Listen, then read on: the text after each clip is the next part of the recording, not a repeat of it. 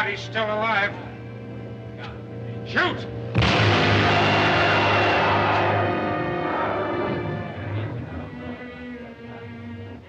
Come on, I got him.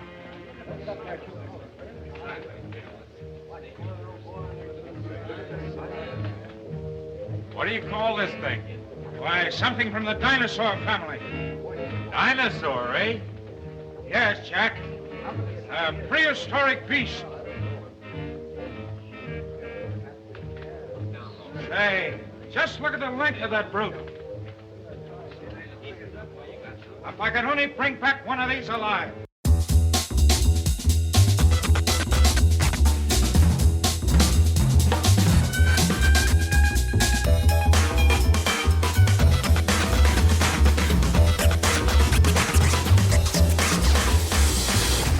Welcome to Back to the Frame Rate, part of the Western Media Podcast Network, a weekly podcast discussing movie news, reviews, and recommendations. We just heard a clip from 1933's King Kong, a tie-in to this week's theme of Prehistoric Adventures. We'll be offering up some more movie recommendations from this genre later on in the show. I am Nathan Schur, and with me as always are Sam Cole, and filling in this week is Mark Krawczyk. Welcome to the show. Hello. Happy to be here. Thank you for having me on. Cheers. Greetings. Hello. All right. So, Mark, welcome to the show. It's nice to have you filling in. I hope Ellie doesn't get too jealous that we have a seasoned podcaster joining us this week. And I will say I'm a fan. I've been following you for quite some time. You've got a couple outlets, and I'd love for you to tell us a little bit about yourself, what you do, and how long have you been doing this? Because you've got several places where you are podcasting, and I think you're quite prolific. So give us a little bit of background on yourself, please do. Sure. I started out in 2006 on YouTube, carrying over a movie review show that I initially did on student television on campus in the 90s. And it got the bug from there. I also started a web series called Lonely Trooper at the time, which was, I took my 1977 Stormtrooper action figure and did a vlog of him trying to get promoted. And I took him through the original trilogy with different crazy little 2-minute segments. And then I started doing a lot more movie reviews. Been there now. This is our 17th year of the final cut. And then podcasting about 10 years ago, I started doing podcasting with some friends, tried it myself back in the Google Hangout days. Let me tell you, you think you got it rough now. You don't have it rough now. Google Hangout was, oh man, was that a headache? But it was the only thing, and it was free at the time, and you're working on no budget. Hey, and I've been doing I got the podcasting bug, and we're celebrating our 10th year now. Started doing a web page where you could find all my links for everything. I do everything under the specialmarkproductions.com website, where there's links there. And I've branched out. You're absolutely right. I don't ever, I'm horrible at this because I never think back of all the things that I work on or have done over the years, because I just keep plowing through and going forward. But I do written reviews for We Live Entertainment. I've been doing that for about 8 years. I also do some written reviews on my own channel. I did for a while on another podcast do the Movie Man's Movie Minute, which I now do on TikTok. I've been doing that for about 2 years, to where I review a wide release film in 1 minute. And I like that. And it's gathered steam. And part of the reason you could probably learn from that, Sam, huh? Part of the motivation for that was the fact that I'm in the middle of Wisconsin. So I'm the farthest away from any press screening. And as the YouTube reviewiverse, as I call it, expanded and grew, a lot of the YouTubers grew because they could go to press screenings, get early releases, release their reviews 2 days earlier than everyone else.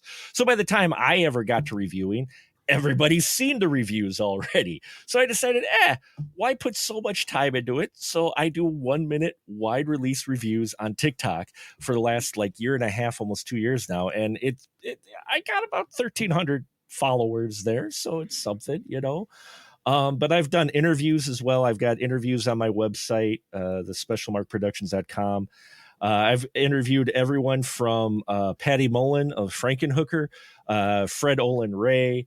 I've gotten to interview just a lot of people. The most that I've had to interview is Catherine Mary Stewart from Last Starfighter and Night of the Comet. She's been on the show 3 times now. That is awesome. By the way, I love The Last Starfighter. The Last Starfighter is amazing. Yeah. The Last Starfighter is amazing. I love The Last Starfighter. And that's the most like uplifting, just fun. Right? You know, you can't, anyone that doesn't like that film, that's fine. That's their opinion, but you have to have a heart of stone not to like The Last Starfighter. Who comes out of that movie and is like, it's terrible. It's amazing. That sucks. Yeah. So that's kind of my spiel. I have the one website which has links to everything. I always dabble. I probably could be. I always tell people I probably could be a bit bigger if I stayed to one lane, but that's just not how I work. I creatively I do a lot of different things because I enjoy a lot of different things, and and for me, I'm having fun doing it. I do a lot more indie films. Over the last 10 years now, I've been doing a lot more indie film focus, micro budget, festival type films. I've been doing that ever since there was a festival here in Oshkosh, 11 years ago now. My friend said, "Hey, did you know there's a film festival in Wisconsin?" And I'm like, "It's Wisconsin. We have film festivals." So I went there. Met a lot of people. Some of them have become very good friends, best friends.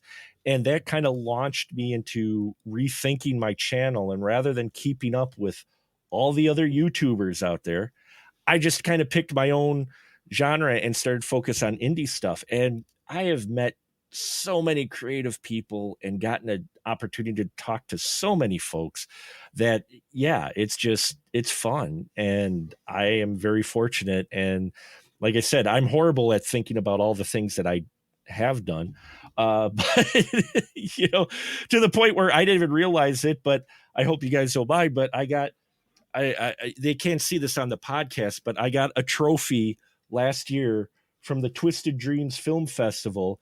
It's an actual spinal column that was all made up with makeup effects. They put a little eye on the front of it and put it in a beer stein because Wisconsin. Yes. And so the Twisted Dream Film Fest, it was the award for the backbone of horror because I covered for at least 10 years indie horror, especially Midwest indie horror. So, but we've got a number of film festivals, not many horror film festivals. We got the Twisted Dreams Film Festival, what is now called the Sawdust City Fright Fest horror festival, which I'm actually involved in. I'm a committee on. There used to be a Madison Madtown Horror Fest. I was involved in that for a while as well. I've been asked to judge on a few horror festivals in the past as well, which has always been fun. And all that just stemmed from me talking about indie films and that, knowing that I probably wouldn't get the most views necessarily, but that was fine with me because I love spreading the word about indie cinema and indie films. I think they need more support, especially nowadays. There's so much great stuff out there being done by not studios that, Oh yeah, and you're also creating a niche too with your channel, and so the viewership rises. So that's really cool. Yeah. Yeah. So, and they're mostly most of the filmmakers and that are far more accessible if you want to maybe get them on your podcast or whatnot. You can usually work something out. I'm not that guy though that keeps bugging people either, but if I run across a film that I find particularly interesting, I'll see if the filmmaker is interested in interviewing. I don't do a lot of interviews, but if I do an interview, it's because I want to talk to that person. Do you think, could you get Steven Spielberg on this podcast? That'd be amazing. Probably not. But there I are understand. Yeah. There are, I highly doubt it. Like I did get Fred Olin Ray. I was very happy with that. Hey, that's awesome. And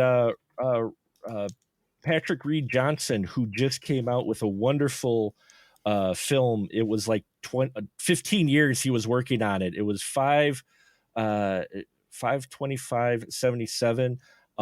He's like one of the first people outside when he was a kid. outside of ILM, he was one of the first outside people to actually see the Star Wars stuff, like see them working on the special effects stuff, the starships, that's amazing. and everything. That was when he was a kid, he got that opportunity. And this is kind of a coming of age story, similar to the Fablemans, although I like this one better, and not just because I'm a Star Wars geek, mind you.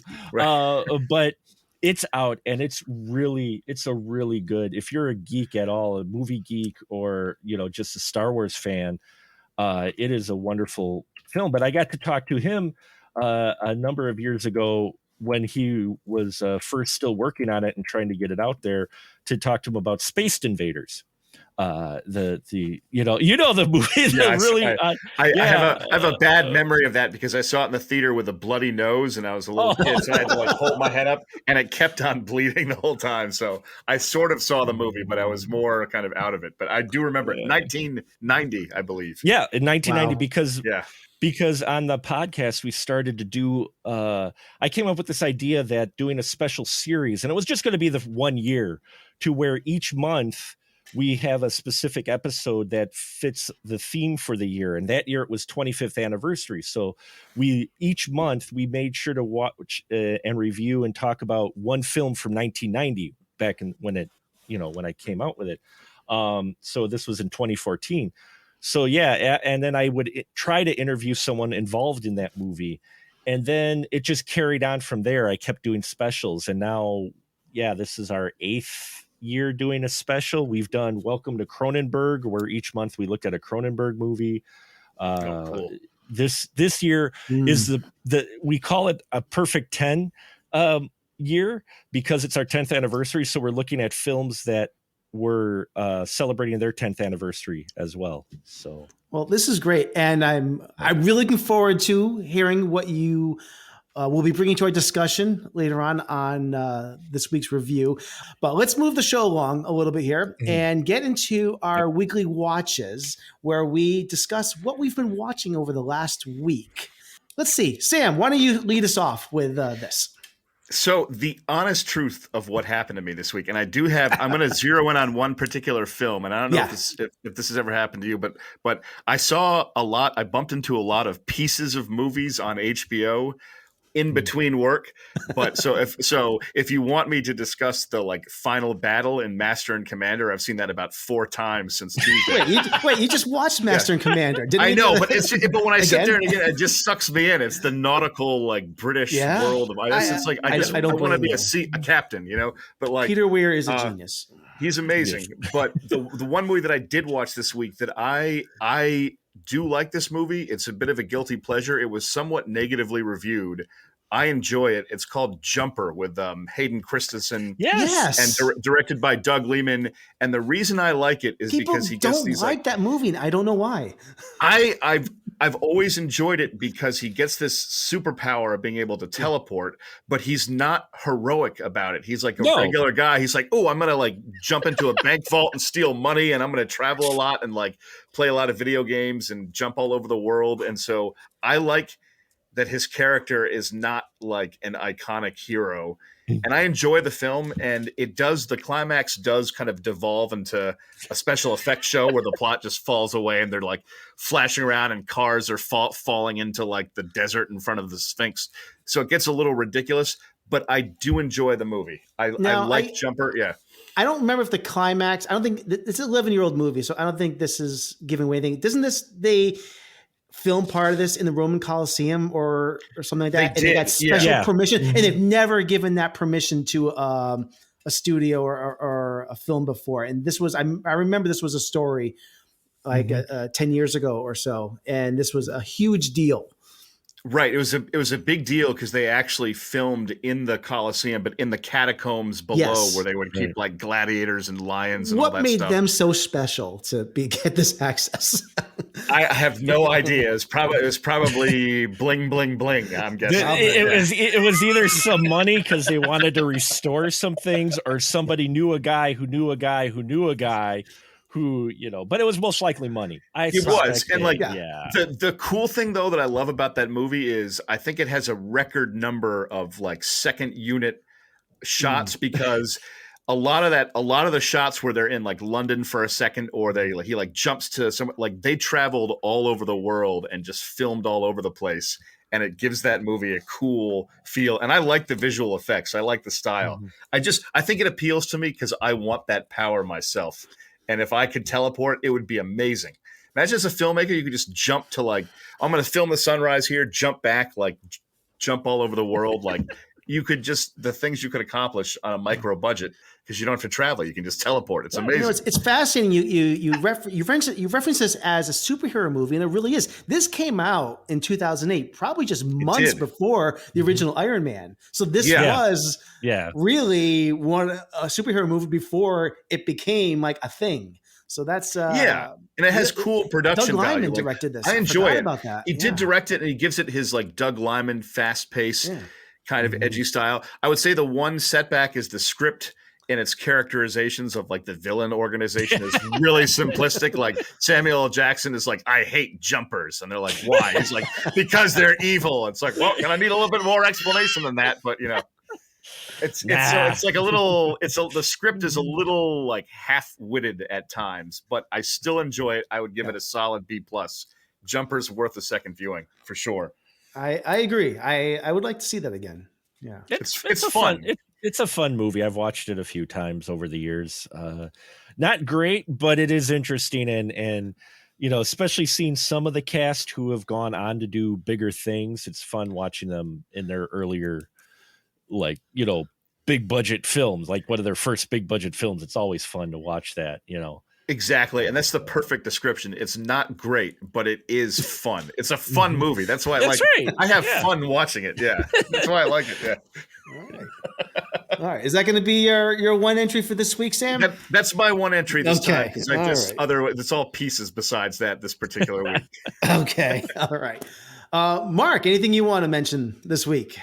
I just got 6 reviews I posted. I've watched a lot. Toss in like one or two. I'll toss out a couple. Enter the Dragon is a film that was made by the guy who made Jesus Christ Vampire Hunter. It's out of Canada, in Ottawa. I got a chance to interview him as well. And Enter the Dragon tells of the drag queen, part-time private investigator Crunch, who along with their friend Jaws, they investigate small crimes, but they end up getting involved in this very big crime that involves a map to a treasure that has a mummy who's creating a zombie army, while they take on supervillains who include a cyborg, someone with poison breasts, and a guy with a very interesting disfigurement of his toes. That old chestnut. It's got Lloyd Kaufman in it. He, of course, because he's everywhere when there's a crazy movie. But it's not a trauma film. It is not a trauma film, but it is trauma-esque. It's definitely for select tastes. But if you could open your mind a bit, and if you're open to that type of humor, it's a lot of crude humor, exploitation stuff. But everybody's having fun. And yeah, it's playing in Canada theaters right now, select theaters, so it's not out on streaming, but it's called Enter the Dragon. And if you're wondering what kind of humor is in it, check out Jesus Christ Vampire Hunter and you will see. So this is in theaters now. This is like a 2023 new movie. This is Enter the Dragons at select theaters in Canada. It's playing, and he's packing the house with them. Mark, did you travel to Canada to see this? No, I got a screen. I was fortunate to get All right. I was fortunate to get a digital screener. Although, nice. If I had the money, it would definitely be worth going to see it with a live audience, because I'm sure that's a blast. Oh yeah, it's a musical as well. So wow. Because so was Jesus Christ Vampire Hunter. That was a musical. Now, I'm not going to be able to see this in Canada. Where will you anticipate this will be available? Something like this at some point. I talking to the director. They're hoping for streaming and physical media later this year. So VOD. Yeah, VOD. TVOD at some point, or AVOD, or probably, yeah. So okay. unfortunately, you can't see it yet, but Yeah. it is what I watched this past week. Another one that you can see that is out on streaming now on Amazon is called Craving. It is a creature feature, and basically the story with it is a group of addicts they go into a bar and they're looking to rob the bar, but they're also on the run from someone who's hunting them because one of the addicts has a dark secret. And it's a creature feature, so you can kind of put it together, but it's got Felissa Rose in it from Sleepaway Camp. She is in there for a little bit. There's a few other known indie folks in there. Is director Jay Horton. It's out now on streaming, and it's really good. It's a really interesting feature. The special effects in the third act are amazing for a film of this type. And cool. Again, I will always carry the indie flag. I could recommend wide release films, but I try to push out indie films, and this is one of them that it's done on a smaller budget, but where they put their money was very effective. The characters are interesting. You could tell they're having a lot of fun making it. And the ending was a bit surprising, and it's got a fun end credit sequence as well, where the monster's kind of wreaking havoc over things. So it's very bloody and gory. So if you're not into blood and gore, you may not want to, but otherwise, Craving is one of those films that I would recommend because it's an example of what you have out there now for indie cinema that people are doing. Would you say it's like suspenseful or more towards comedy, or like it's in its tonality kind of? I'm curious. It sounds good. That's why in its tonality, it has a bit of camp in it towards the end, but for the most part, it's played straight. It's a serious kind of thriller, I would say. Cool. Kind of a gory thriller of sorts. You get flashbacks for the characters to find out their history, what led them to this point, so to speak. And so there's a lot of tension-filled moments, interesting moments. The dialogue overall is actually pretty solid. But again, nice. You just got to go into it that it is an independent film production. And I think it's unfortunate that some people can't look away from the indie film, the smaller budget aesthetic, and see what's actually there, which is a lot of great performances. And yeah, the makeup in the end, a lot of gore, wild gore gimmicks in there. It's a lot. Yeah. So that's my two picks would be, yeah. All right. I'm going to keep mine also to two films. I recently rewatched the 1993 film from director Rowdy Harrington, Striking Distance. Wow. Man, I've never seen that. I've always wanted to see that. Wow, that's Bruce Willis. Yeah. I went deep. That's a deep Bruce Willis. I did this for a couple of reasons. First, there's the sad news, from a couple of weeks ago, of Bruce Willis's condition. And I simply wanted to see him, and one that I hadn't seen in ages. Plus, we tragically lost Tom Sizemore a couple weeks ago, and I distinctly remember him turning in one of those larger-than-life performances in this. So I really just wanted to sit back and take in a big, dumb action film.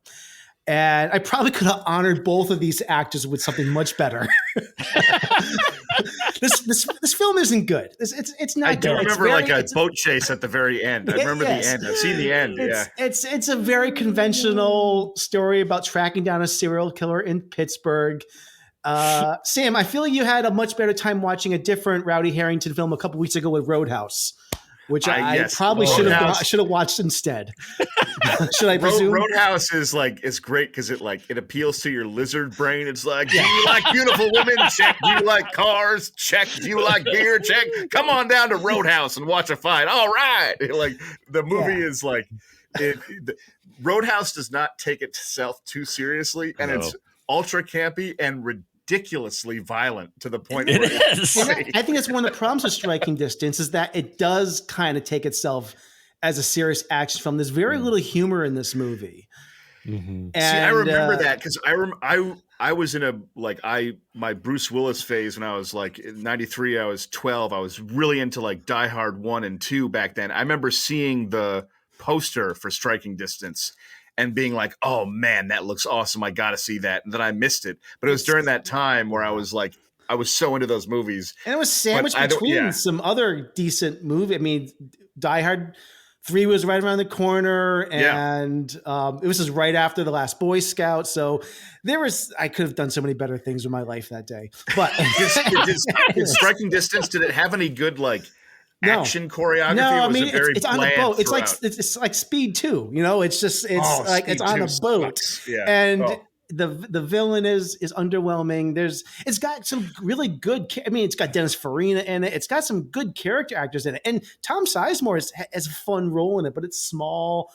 But no, I don't recommend it, and I remember nothing about it, which is why I kind of want to see it. I remember I saw this growing up, and was it good? Was it not good? No. So, anyways, but hey, you know what? Check that off. Now I remember. There you go. So, anyways, well, that was during that weird time for Bruce Willis between Die Hard 2 and Pulp Fiction. He was trying to do something a bit different during that time because everybody takes sequels for granted. In the 80s, I remember this interview they did with Bruce Willis. It was when Kevin Smith, when they did Live Free or Die Hard, when Kevin Smith actually interviewed him in one of the behind the scenes type of featurettes. And Bruce Willis said in the 80s, they didn't know how to do sequels. You know, if you weren't Spielberg or Lucas, you really didn't plan for sequels. No. All your films were like one-off. So that's why Die Hard 2 borrowed from the book 88 Minutes, I think it was, because they didn't know how to really do sequels. And so after Die Hard 2 didn't do as good, you know, we're not going to make another one. So Bruce is like, well, now what do I do? Right. Quick random comment that I promise, but just the Die Hard 2 I enjoyed a lot, but it's hilarious because the first one he's trapped in the building. The second movie, the script in that comes up with reason after reason to keep him at the airport. Because anytime he can leave, it's like, no, your car got towed. Your wife's on the plane. He's like, I got to help. I just got to fight these guys. It's like anytime you could kick back, let the police handle it, and just have a drink. But he doesn't because he's like, it's the Die Hard, you know. Anyway, Anyways, the other thing I'll mention is I must have really been in the mood for serial killers the past week because I also checked out a new original from Hulu titled Boston Strangler. This stars Keira Knightley, Carrie Coon, Alessandro Nivola, and Chris Cooper, and it's from writer-director Matt Ruskin. Yes, it's about the Boston Strangler killings that took place in the 1960s. Full disclosure, I'm a sucker for films about investigative journalism.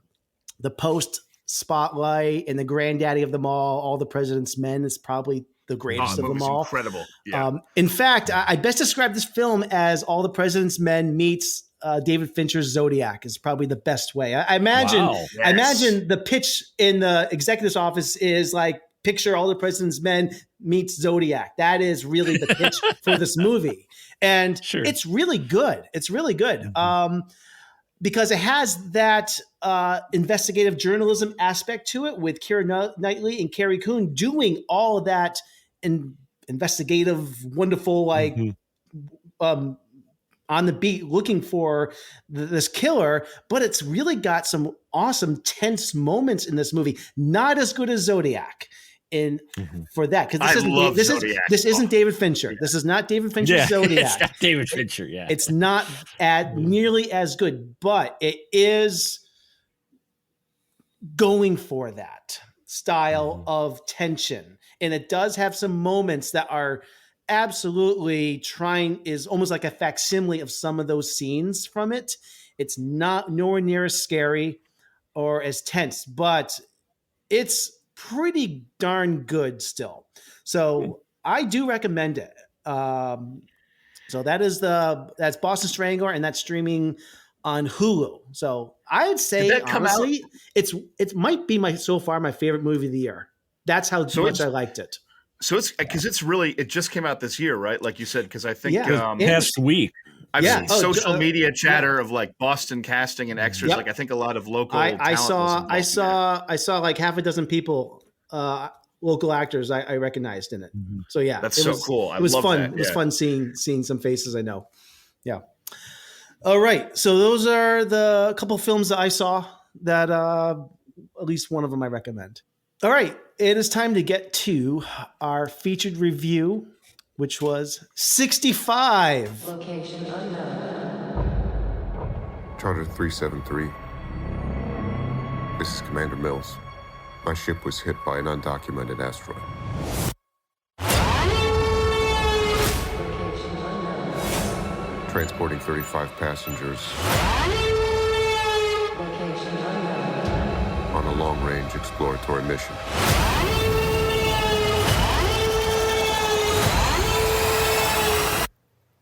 Send help.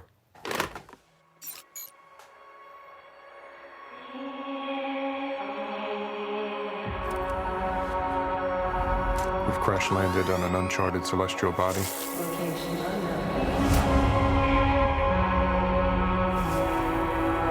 I don't know where we are. I've located one survivor. A child.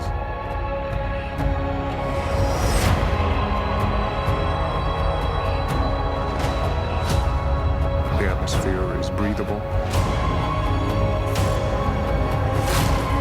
There's something alien out there.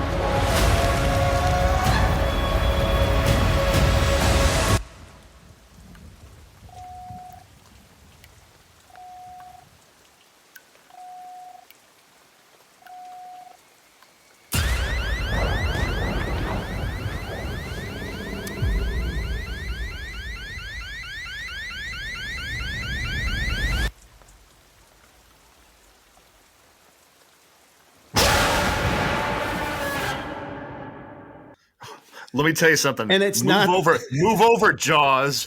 Move over, Close Encounters. 65, favorite film of all time. Just kidding. I'm being sarcastic. I'd like you to know that I held off on my Movie Man's Movie Minute for 65 just for the show. So I have not given my opinion yet. We appreciate it's okay. We're not competing with you, Mark. All right. Apparently the people have spoken as well. And I don't quite know. I don't quite know how to do this because my opinion is directly tied. There are specific spoilers that are some of the reason that this movie has problems, but I won't get into that yet. But I'm looking forward to it because this movie, man. So what we're gonna do is we're gonna just talk. Yeah. Give like a paragraph or a couple sentences on our general thoughts, spoiler free, on 65, and then we're gonna have our spoiler bumper, and then we can you can tear this movie to shreds, whatever you want to do, okay? Because I think we all have some opinions on this. So let's get into it. Who is chomping on the bit to go first on this? I will chime in, and on spoiler free, I will say I wanted to like this movie because the concept of it, Adam Driver, great actor, and like being stuck on Earth 65 million years ago, dinosaurs. I've also enjoyed point A to B movies where you have to like traverse the distance to get somewhere. So it had a lot going for it. And I will say politely that there are some decent scenes in the middle that I enjoy. And I like the fact that I like the location shooting aspect of it, that it wasn't all CG, that they were in like luscious forests and beaches. But beyond that, that's about it. And I cannot say this movie was very good. And overall, I feel bad because I think Adam Driver is a great actor, but this screenplay and this movie that has a concept that could have been so cool and tells it in the most like humorless, listless way possible. I had the theater to myself for 20 minutes, and then at the 20-minute mark, like a kid and like their parents came in and they were like, popcorn, and I was like, hey, it got worse. Yeah. So I'm not a fan of the film. I wanted to like it. It's my kind of movie in theory. I love dinosaurs. I like a lot of the Jurassic Park movies unrelated. It had a concept going for it, but the storytelling, the execution, I'd have to say like a C- D+ maybe. Yeah. All That's right, Mark. my spoiler-free opinion. All right, Mark. Unleash on the world. I always try, and I've been told I'm soft on films. I always try to bring the positive to reviews because it's really easy to take almost any movie, even like Godfather 2 or whatnot. You can find bad flaws. There's some great. There's some websites out there that are hysterical where they're bad reviews of great movies. Right. Yeah. Godfather 3 is the best one. Just kidding. Okay. Everybody has their likes. That's fine with me. No, but this is like a Mad Lib sci-fi film in which they basically took your basic sci-fi script and made a very basic sci-fi film that didn't need these actors, especially Adam Driver, in it. I did enjoy the tension-filled moments, and that is because this is from the folks who gave us The Quiet Place and A Quiet Place 2.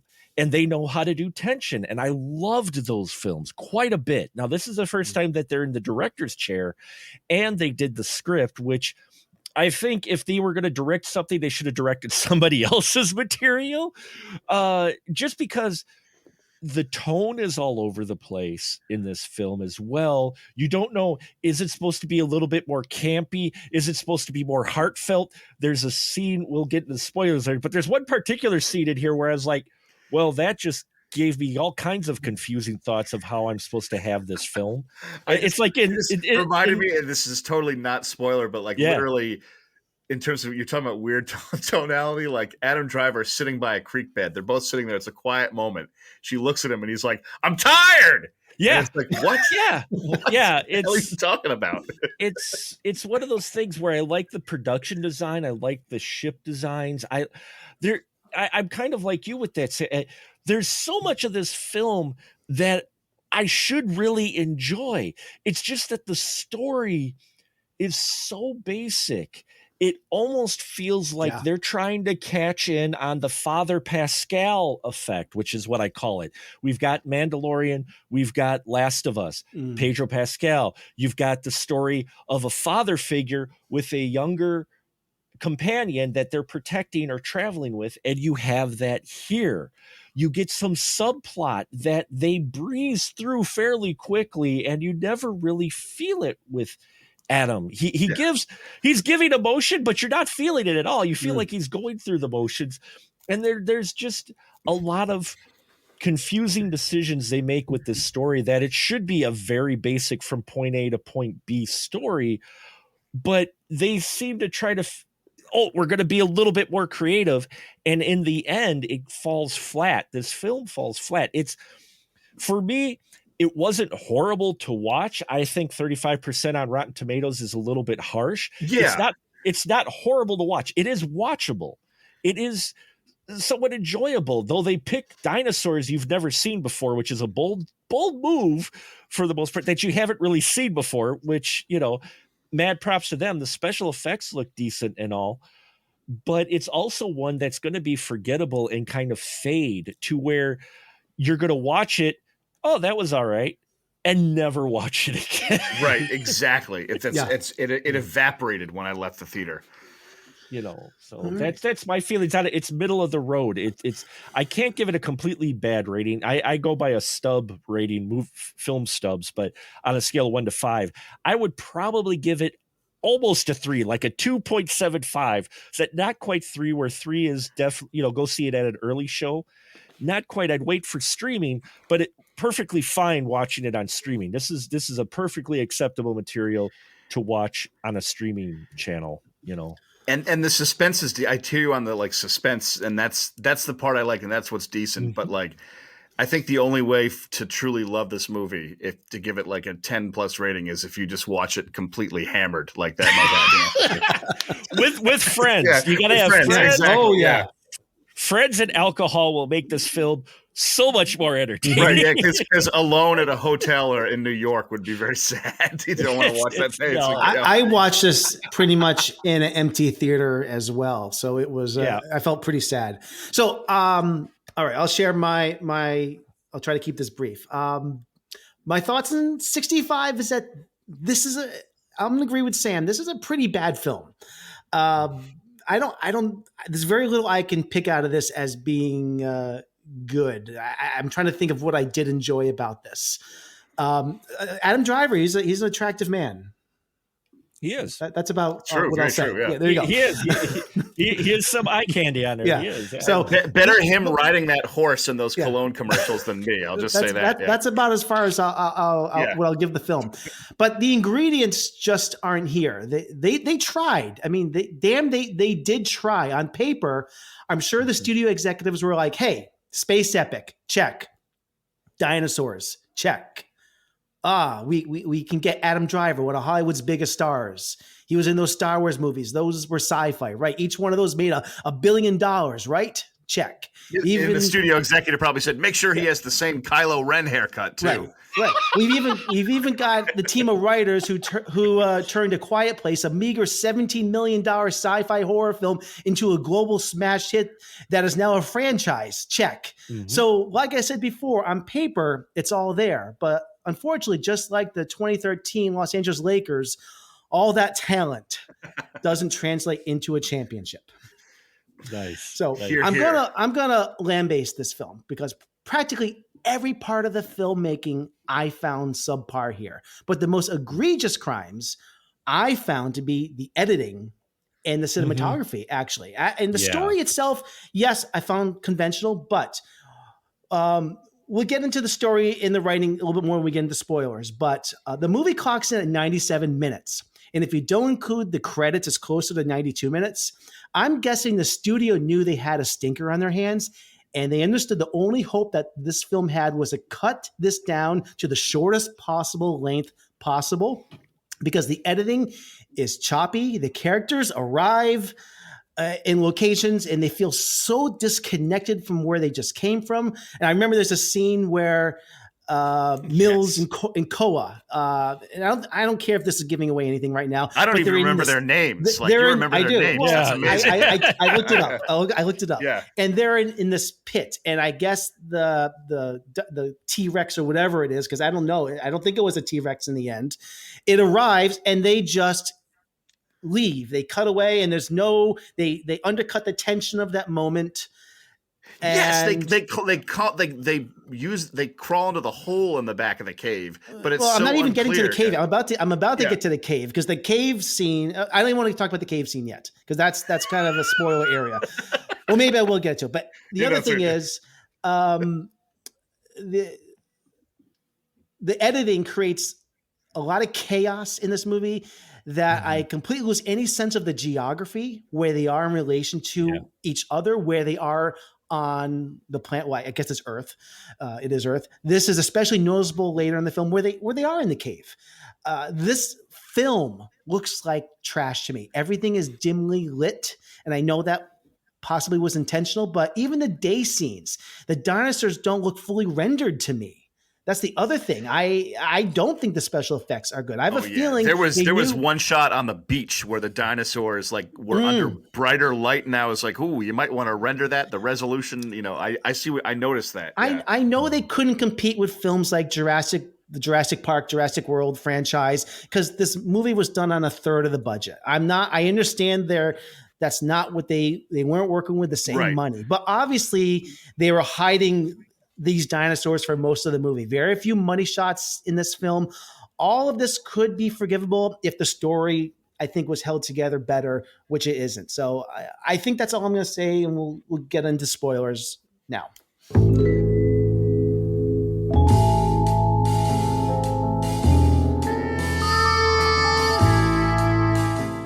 I see. So for me, with this movie, one reviewer hilariously wrote how the dinosaurs very conveniently show up in little segmented bits, like, oh, here's the dinosaurs for the hill, here's a beach dinosaur, but for me, in terms of spoilers, the opening of this movie and the characterization of Adam Driver and his daughter at the beginning was the most maudlin, ridiculous. Like you open this movie and in texts they're saying this is the universe before humanity, and it's and there's another planet called Mandarella Bella, and it's you go over there.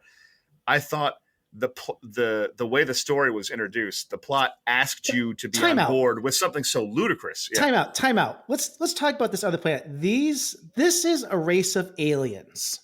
Yeah. That ridiculous. are look and sound just like humans, right? It could happen. This okay. This could happen. It could happen. But time out here. I mean, so the planet was planet Sumaris. What makes them alien? They seem to be human. They are exactly like us in every single way. They dress like we do in 2023. They speak that English opening scene, with they're like modern on the day beach. human colloquialisms. That's what I'm saying. They say shit. I don't understand what makes them alien. There's nothing about them that seemed the least bit unique to them being a different race, unless they are humans. No effort There's nothing whatsoever. explains to them that makes them the least bit different from us the human race in 2023. Their writing was different. Come on now. Their text was completely different. Their text was different. Symbols. But that's what I mean about the setup. The setup of the story is so thin, and here we see these two characters on a beach. We're asked to swallow. This is another planet, another society. It's so thinly drawn. You know what I honestly thought? They have a slightly different mountain range. That's all I know that's different. And I think this would have been better. And I thought this was what was going to happen. I thought the story was that Adam Driver was from the future, like 300 years, and then went through a wormhole by accident and crash landed on what he thought was a different planet. But it's like, oh shit, I'm in the past. I could have swallowed that. I don't mind it being this plot, but the way it was set up and the beginning was so dead on arrival that for me, the most hilarious guffaw-inducing part was when what felt like 40 million years into the movie already, the opening title says 65. And then it pauses, and then it goes million years ago. And it's supposed to be so heavy. It's supposed to be a surprise. Like you're supposed to be like, oh my God. And it's just the storytelling. For me, the storytelling and the setup was so bad that even though I did enjoy the suspense and some of the dinosaur sequences in the muddy midsection that Mark was talking about, where there was some decent tension, the setup for the characters was so thin that it was hard for me to be on board for the rest of the movie. And lastly, I'll say I was dozing towards the end, but I knew that there was going to be I knew there was going to be one like decent CGI shot of the asteroid hitting Earth. I knew that was coming. I was like, I hope I wake up for that. And so when they're fighting and they're like fighting dinosaur, I started to drift and I didn't fall asleep. But when you're like sort of beginning to fall asleep and things just hazy, I snapped right back into consciousness and I saw the asteroid hit. I got my CGI shot. Then I left the theater and I was like, all right. It's definitely one of those to where they did not need to be aliens. I am with you. When I first it's a weird device. Yeah. When I saw that it was, when I saw the trailer, I thought for sure it was someone from the future ended up getting sucked through a wormhole or something due to an experiment or a malfunctioned ship. And he ends up on a planet. And then you end up soon realizing, oh, wait, I'm on Earth 65 million years ago. That makes far more sense than what we get. Yeah. And if you are going to do what they did, in all honesty, cut out that section where you're introducing his family. Start with him on the ship, add a little bit of him going through a daily routine, taking care of people in their cryopods, and then having something happen and then crash. You could even cut out that first bit because we get the flashbacks through the digital slideshow, because it's literally slides, but they're videos, but they're still slides. I'm like, they're an advanced technology, yet they're still using anyway. You could, there's many other ways you could set this up to where it would make everything that happens after it more acceptable. Yeah, exactly. Yeah. The hook, it was so flat. And so that text was hilarious at the beginning. The like text crawl, whatever you call it, it's like 65 million years ago. And it was just the movie had for me just low energy all around. It was very like I felt like it was like the kind of movie that you watch on like a Sunday afternoon in a nursing home or something like that. I don't know, and that's a really lowbrow comment, and I apologize. But yeah, your waiting room. My apologies. There's nothing wrong with nursing rooms. Yeah, you've got it in the dentist waiting room. The dentist waiting room. That's what I meant to say. Yeah, dentist waiting room. Yeah, no, but that's the tough part of it is it has all the elements to make for at least an interesting, fun little adventure. I when I saw the runtime, I loved it. I am so tired of 2-hour movies. I am so tired of 2.5 hour, 3-hour movies. I don't have a problem with the runtime, but as I was saying before, it's clear that they probably had a movie that was well over 2 hours long, and they just chopped it to hell. And it's so like there's so many things that I felt were threads that were dangled that we have no explanation for, like the bug that's in that girl's mouth. Like it was like obviously had to have been set up somewhere before that this thing existed somewhere, and there's no consequences to it. It's not set up prior to it, and it's never explained, and it's just left.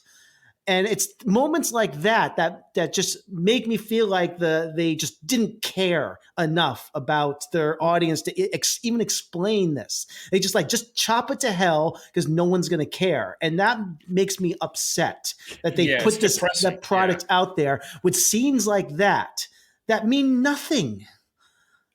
And because you were taken out of it and there's no connective tissue, it increases that flat feeling. I don't mind simple concepts like a predator hunting a person in the woods, like Arnold Schwarzenegger. Very simple, straightforward plot. I love that. I don't mind. I love simple thrillers, but there's a big difference between simple and flat, which is what this movie was. It's just like flatline the whole way. There's no pacing. There might have been an average movie somewhere in here. But the editing killed this, and there's so like the editing in the cave was terrible. And like at one point you see that they're in the cave, and there's actually a medium-sized dinosaur following them at one point. Right? Yes, it's never paid off.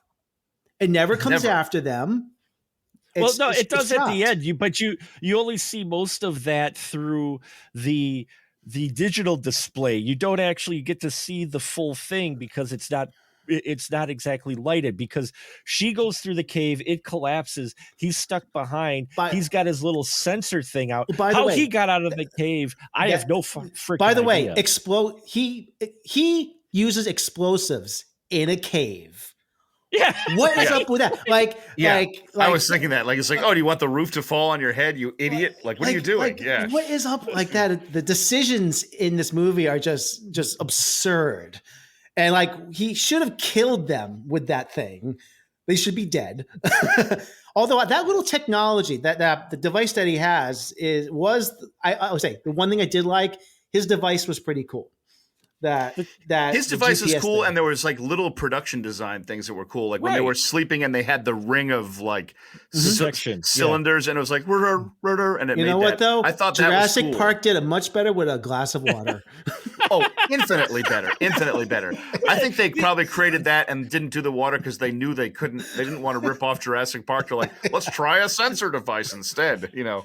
See, and I'm not sure how much is actually on the editing room floor and how much of this was just rushed, because again, I think they're trying to cash in on the whole adult escorting a child and the whole father-child bond thing, possibly.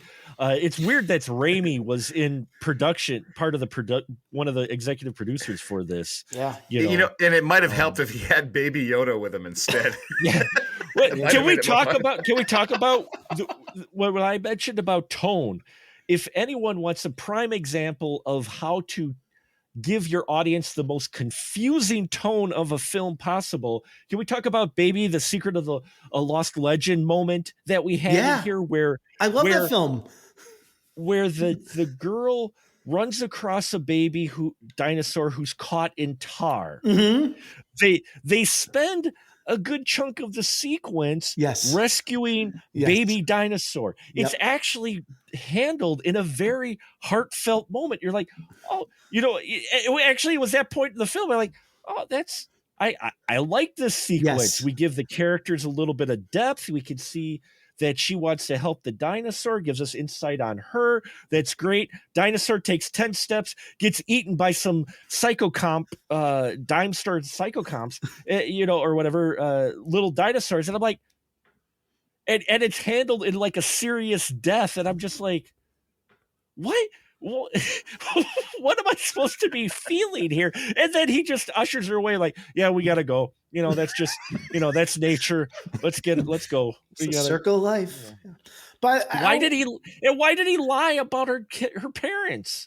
Up the mountain. I she's don't know. not. It's not like she's going to stay at the spaceship regardless if her parents are there or not. She's going to go with them because she's scared of the dinosaurs along the way. She's going to go with them regardless. So why lie to him and try to play that angle, which never really goes anywhere? It's like the short comedic version of The Lion King, where he's like, "Hey, Dad, we're pals, right? Right, and we'll be together forever, right? Right." And then it just cuts to the shot of him falling to his death. Hakuna Matata. The end.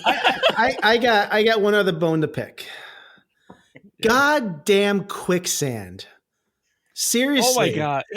This is. We're making movies in 2023. We have a movie where someone almost dies falling into quicksand. I wanted to walk out of the movie. And you know how he was saved? A girl sticks a branch into the quicksand and pulls him out. Because that's how it's done. That's why I said it was a Mad Libs movie. They literally took the most generic sci-fi plots and the generic sci-fi elements and threw them in this film. They also use that like directorially twice, where like it zooms in on him and he sinks, and it's just a shot of just the quicksand. They had that happen to something like that happened to him before, where you think someone's dead, and it's like, oh, he got rescued. Yeah. Was it a couple weeks ago? You were saying you were hoping that like the main character is just walking along, all of a sudden he just like falls off the cliff and dies. Yeah, like this was the moment, like maybe just Adam Driver just dies here. If he died and then it was just her and she like taught herself how to use his weapons and stuff, and she's like shooting the dinosaurs and has to step up to the plate, at least it would be a little original, like. Well, that's the toughest part, is that they take the path most traveled in this film when they didn't have to. So many opportunities, from the production design to the technology to having it, the setting, the concept, all of it is there. It should work, but they take the path of least resistance with everything in this film. A bad film can bring down the atmosphere of your evening, so when you walk out of the theater, it still feels like you're in the world of the movie. So I was in like Fall River. It was like dimly lit and like it's like 65 sucked, and this evening is boring. Meh, yeah. Do you guys feel like we're good with discussing this? I think we properly eviscerated it. We've properly said, wait for VOD or streaming. It'll be on one of your streaming services that you paid for. You won't have to rent it.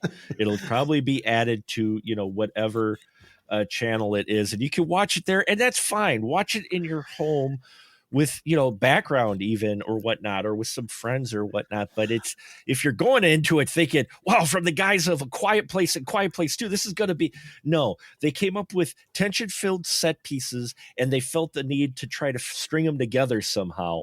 And, and that's what you get is really by the numbers, generic sci-fi, which is sad because sci-fi has grown to be such a big genre now. They should know their audience better than this. True that. Absolutely. I hear that.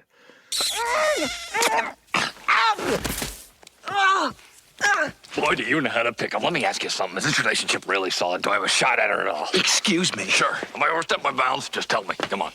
You know what's really beautiful about this? You two kids picked me. You didn't have to, but you picked me. It makes me want to kiss you guys. Come on. Come on. Give me one. Come on. All right, let's get down to business. You're right. I got a card around here somewhere. Here. Who do I have to kill? Here, hold that for me, would you? There. Whoa! There you go. You don't have to kill anybody. Possession. Good. Learn to throw your voice. Fool your friends. Fun at parties. No, we just want to get some people out of our house. Ah, I understand. Well, look, in order to do that, I'm really gonna have to get to know you guys. You know, we gotta get closer. Move in with you for a while. Get to be real pals. You know what I'm saying? And save that guy for later.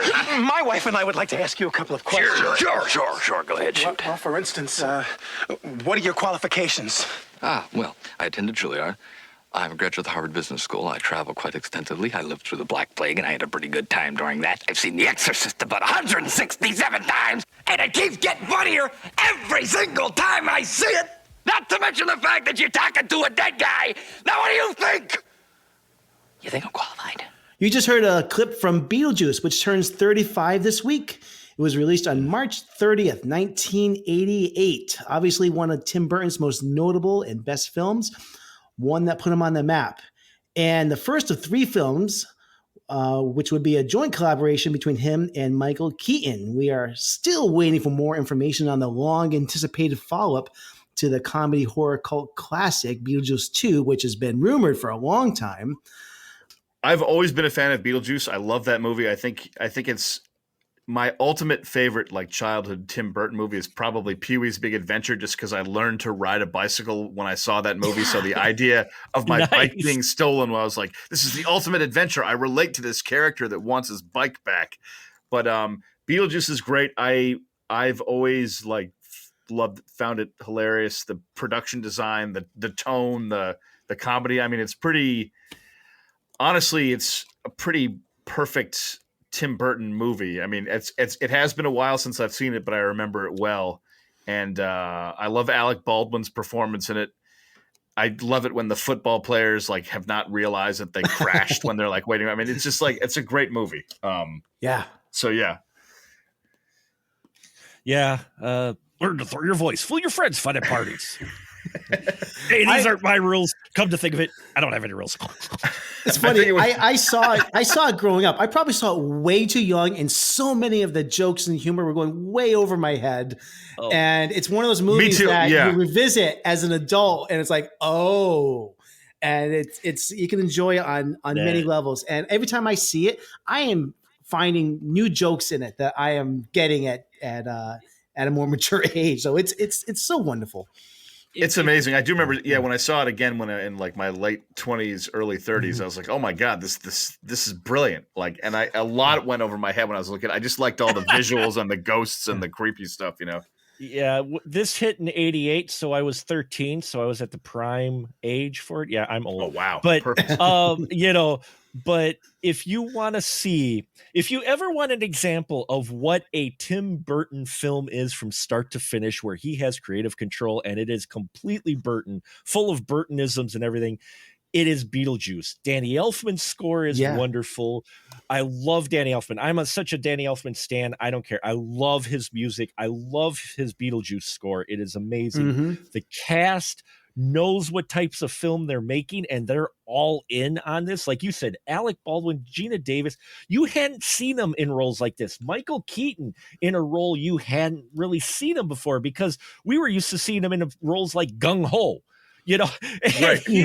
Here he's this vulgar, obnoxious character that still has a bit of heart. I will say to this day that Beetlejuice actually does have a little bit of heart to him, and only because of one scene, the way he plays it. But I love this film, but it is true Burton 100%. I'm a big Burton fan as well, and I love this film. Watched it many times, have the soundtrack on tape and on CD. The special effects for when it came out were perfect, were fitting for the day. It's for sure. Perfect for what it is. Exactly. You can look back now and see it as being dated, but I wouldn't want it any other way for this kind of movie. So it still works. And it's one of my favorites. Yeah. Oh no, I was gonna say it's comedic, but it's also delightfully creepy and kind of it is spooky and a little bit chilling and a fun. I always got kind of a shiver in some scenes in a good way when I was a kid. I was like, oh, this is creepy. I really hope that they do get this sequel together, but I really hope that they stay true to kind of the old school production practical effects. I don't know. I have a feeling that with Tim Burton, it won't be a CGI fest. I hope they don't do that. No. And I have hope. And Danny Elfman is attached as the composer for it, of course. I don't know. There's no release date yet. The only person that is attached is technically just Burton and Elfman. Jenna Ortega is and Winona Ryder as well. I'm told she's because Jenna Ortega is going to play Winona Ryder's daughter. Interesting. I can't It'd wait. be so sad and horrible though if they I just want them to get it together and make this happen so badly. I hope they do too. It sounds like it's looking like it. It would just be sad if they like really miscast it. And this dropped the ball. this has been in the works for like 10 years or more. So I mean, at least it's been in development hell forever. So many people attached, kind of like the Crow remake, which is finally apparently going to make it to light, unfortunately or fortunately.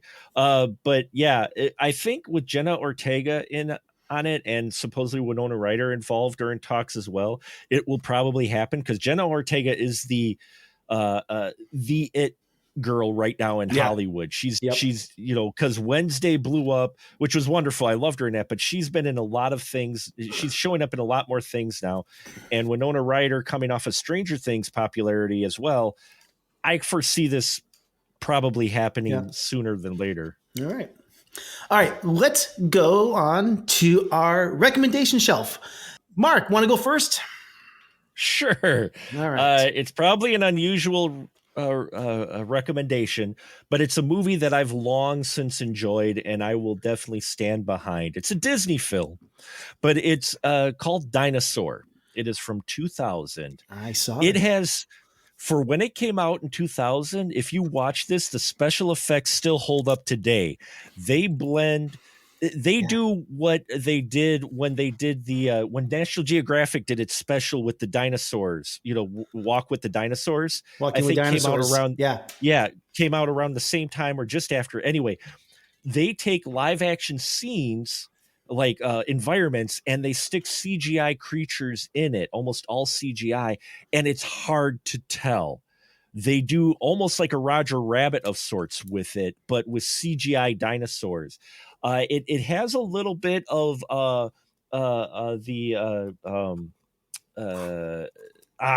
it blows me my brain just right now. But the dinosaur cartoon series that there's like 11 of them that pull at your heart with the Land Before Time. Land Before Time. Thank you. It's kind of in that spirit, but done a lot better. But it's got a great story. The special effects are great. It's got a wonderful score to it. And just because it's a kid's movie doesn't mean you can't enjoy it. But a Dinosaur from 2000, I recommend it because it surprises me. And I watch it occasionally now.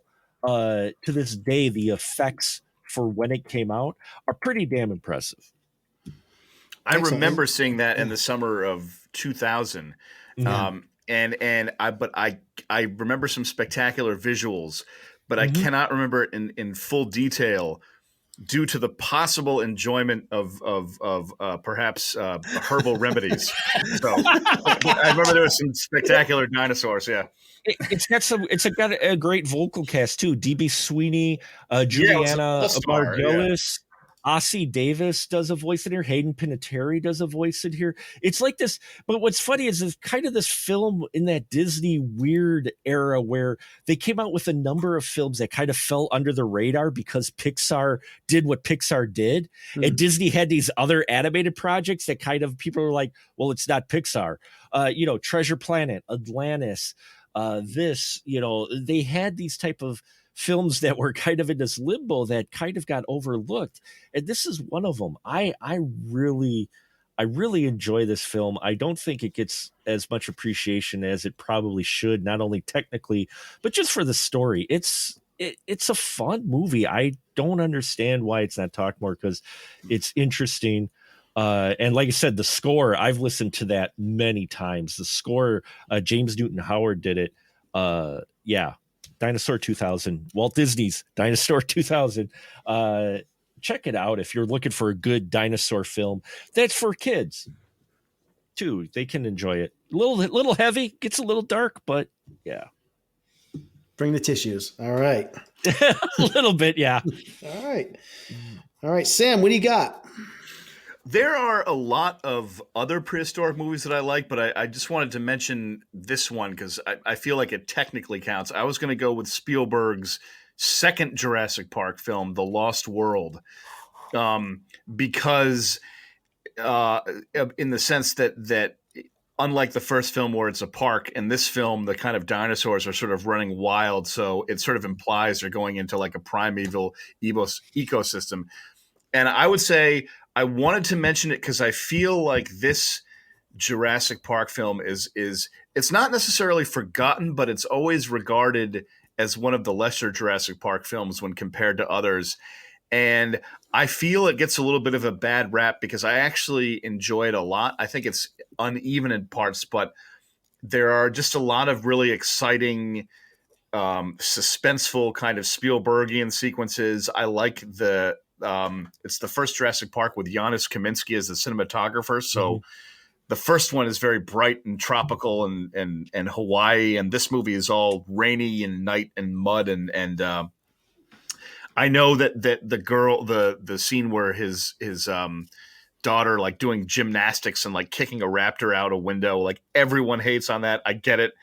It's a little bit silly. It never bothered me that much.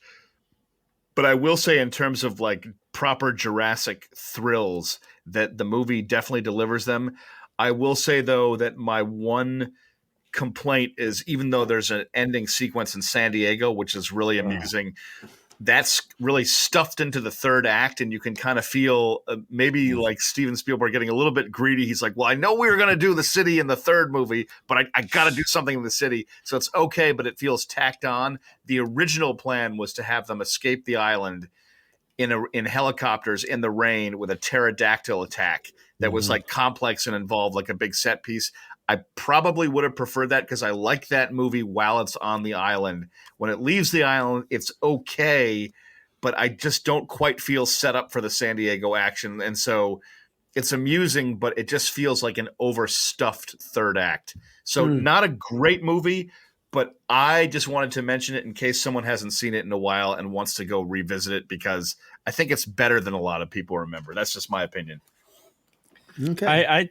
I'll totally agree with you. It's fine until they get to the city. Yeah. That's where it loses me. It literally loses me when they get to the city. When I first saw this, I was like, awesome. And then we're like, wait, what are we doing on the dock? Wait, what's this scene? What are we? And then the next, there's like this 10-minute sequence at the end where I was in the theater. I remember going, wait, what? Yeah, it really jumps the shark. I mean, talk about jumping the shark. It's as jumping of a shark as you can get. And I think, like, the funny thing is, I think a lot of people only remember the climax of that movie. I only remembered the climax of that movie, and I forget the first 2/3 of the movie and how really good it is. Because I only remember that T-Rex coming out of the boat and wreaking havoc in San Diego and how stupid it is. It's so stupid at the end, but the visuals of the film are cool because they shot a bunch of the island. They actually shot in Northern California, so there's redwood forests. It just has a different feel than the first movie. It's a little bit. It's not that people always say it's a darker sequel. It's not really that much darker, but it is. Its tone is just a bit more vicious in some scenes. And then when the two T-Rexes push the trailers off the cliff, I like that sequence. So I like that movie's island adventure because of the two teams and everything falls apart. But yeah, the third act is really what brings that movie down. Well, and you get that wonderful bit with the hunters too, with the specific hunter hunting the T-Rex. There's a lot of great moments up until they leave the island. Yeah, there's a lot of cool subplots, and there's a lot of fun chaos where they have to group together because all their equipment's been destroyed, and they're like trekking across the island in rain and mud, and there's cool adventures. Kind of, it's the beats are not too predictable in that movie for me. When they're on the island, I always get this sense of possibility, like adventure and danger is everywhere, and I get that each time I watch the movie. So it holds up for me. Yeah. And again, Even though naming the first one is a classic, of course. The first one's obviously like the king, but And I just wanted again- to mention the Lost World. Yeah. and again, naming conventions. Like, I hate the fact that it's called The Lost World Jurassic Park. Like, Well, Yeah, well, it's let- doesn't doesn't fit on a DVD shelf the right. well, properly. and what's even more hilarious is when they came out with the book. The book is a sequel to the movie and not the book, because spoilers, folks. Mr. Ian Malcolm is Velociraptor bait in the book. I don't read a lot of books. But the books I did read, I read Jurassic Park, and so when I saw that Lost World was a book, I'm like, oh, that's a sequel to the movie, not the book, because your main character is like in the first few pages. You're like, no, he's dead. He's like, he's dead. Hammond's dead. I mean, they barely get off the island before it gets like napalm. I remember that because I read the second book as well, and he was like, "Oh, he was spent some time in the hospital." He was just like all backtracking, like just backing himself into a corner with a paragraph, like, the wounds healed, amazing." And you're like, "No, you resurrected the character, and we know it." You know. My recommendation for this week is Iceman from 1984. It's directed by Fred Schapisi. I hope I said that right. I don't know. And written by John Dimmer. I had a feeling this show was going to be dino-centric, so I felt obligated to be a little different here and recommend something a little out of the box. So Iceman is about the discovery of a prehistoric man who had been frozen for 40,000 years in the Arctic. A group of scientists thaw him out with the intention of examining the body, chopping him up, giving him an autopsy. But to their surprise, the man is alive and he's put into captivity. Only a handful of scientists are sympathetic to this man's feelings of him being a science experiment. So Timothy Hutton is in this as the scientist who befriends the caveman, and his name is Charlie in this, and the caveman's name is Charlie. And this is really one of Timothy Hutton's better and more underrated performances in his career, I think. This movie could have been really cheesy and have a very heavy-handed message. However, the filmmakers handle everything, I think, with a lot of sensitivity. And I got to give a shout out to John Lone, who plays Charlie and gives such a rich performance as the Neanderthal. It's actually a kind of a really poetic performance, I feel. So that's Iceman, and it's available for rent on VOD. Have either of you seen this? I have not seen it, and I don't even know if I've heard of it, to be honest. I'm intrigued. I saw this in the theater growing up. My parents took me to see this because they took me to see everything when I was a kid. I saw it on cable, and for the theme and what it is, it's interesting how straight they play this film. It is, but I think that's very where earnest. it worked. Again, 80s. It's not just because I grew up in the 80s. The 80s was definitely an interesting time in cinema. Even though you had the 60s and 70s, I would say the 80s are very interesting time of them trying new things, because ever since Jaws, which was the reason why I was born, came out, and Spielberg, there's a story. I don't want to go too long, but Jaws showing the blockbuster and what a movie could do. It launched this just really interesting film renaissance to where they were trying different things. And Iceman is one of those, to where it's actually a serious story looking into Neanderthal man and a lot of different subplots and themes going on in it. It's not, I will say it's not a mind-blowing film, but it is an interesting, it's so unique film. Yeah. And without the 1980s, we wouldn't have gotten the film Nuki. Right. Yeah. Nathan, have you heard that? Seriously, Google Nuki. Oh, Nuki. Oh my God. Nukie. It is just I think it's like a South African ET ripoff. Yeah, it is. It is totally. Roger Ebert is one of his least favorite films of all time. And this is terrible. Nuki, 1987. That's the joys of the video explosion too, as they needed content, so we got a lot of interesting films. I saw the trailer for that. It is awful. It is awful. It is awful. It's South Africa. Even the guys at Red Letter Media, like they dedicated a review to it, and they didn't even enjoy it. They're like, "What we just they it's like they filmed themselves watching it. They're like, we hate this." It's not good. It is not good. No. All right, so those are our recommendations this week. And that brings us to, we're close to wrapping things up. But before we do, we're just going to I'm going to mention a few of the current releases. Out in wide release over the past week was Scream 6. This is the 6th installment in the Scream franchise. Haven't had a chance to see it yet. The survivors of the Ghostface killings leave Woodsboro behind and start a fresh chapter in New York City, starring Melissa Barrera, Jenna Ortega, Mason Gooding, Courtney Cox. Anyone seen that yet? I haven't seen it yet. I can't wait to see it. I'm a little bit behind. Mark's, of course, Mark's on top of that. I try. I will say, it has a lot more great moments than bad moments. Yep. There is a bit of suspension of disbelief in it. I've been on a couple of podcasts where we dedicated to talking about it. And overall, I will say it's fun. It's an interesting legacy sequel. They do a lot of cool creative stuff in there. There is some moments of suspension of disbelief, which is very tough to get past. But overall, very fun, very... great to see an R-rated horror film. Sorry, PG-13 ones just don't quite do it for me. No, I hear that. Yeah, most of the time, some do, but yeah, no, it's a fun theater experience. If you're a little leery, at least go to a matinee, but see it in a theater with a group of people. So I'm looking forward to it. I recently, over the past 2-3 weeks, watched all the previous 5 films. I hadn't seen the 5th one until the past week. I didn't mention what I've been watching, but I just watched the 5th one for the first time.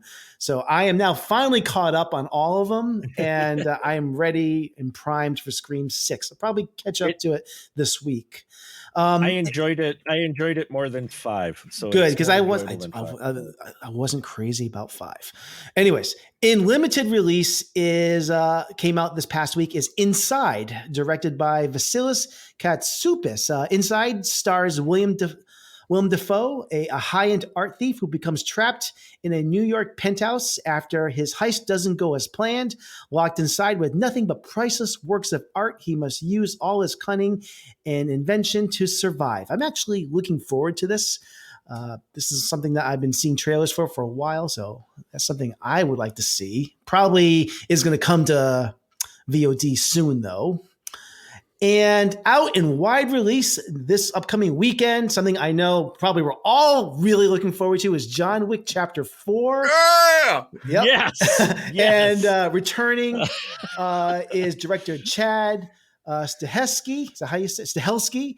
John has added some new friends to the cast with Donnie Yen, Bill Skarsgård. That's so awesome. That's great. Along with returning cast Lawrence Fishburne, Ian McShane, and in one of his final roles, Lance Riddick, whom we just learned of his unfortunate passing. This installment, John Wick prepares to exact his revenge against the High Table. I know we're all looking forward to this. For John Wick 4, if ever it was appropriate to use the slightly dated cool kids term, this movie looks off the chain, because it does.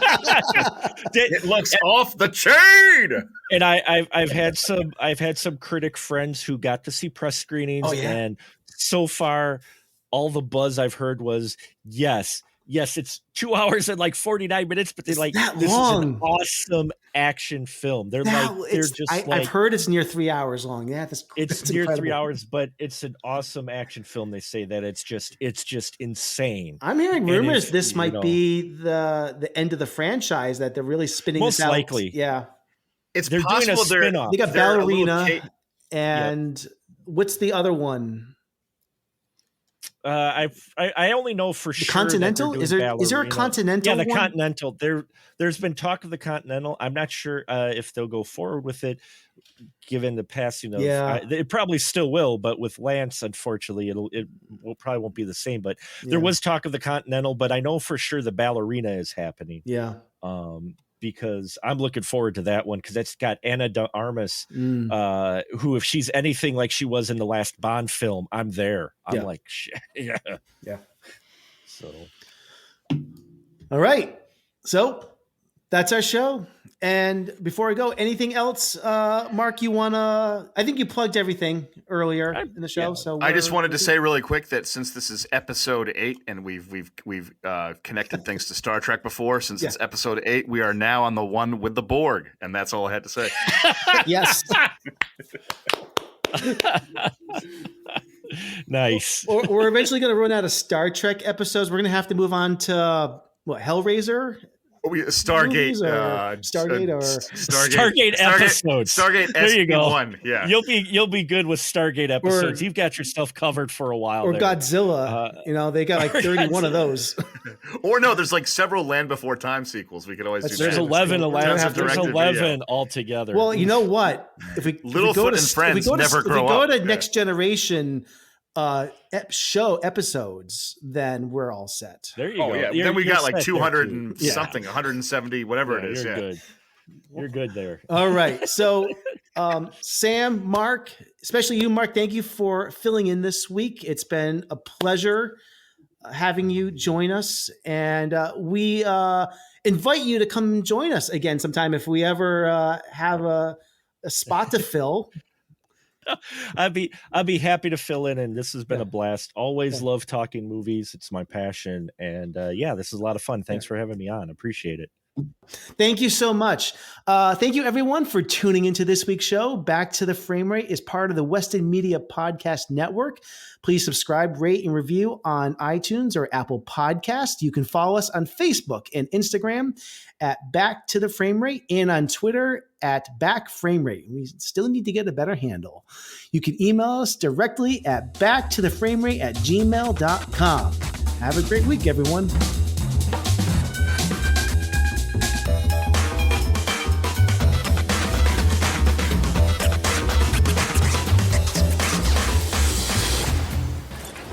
I want you to know it's over.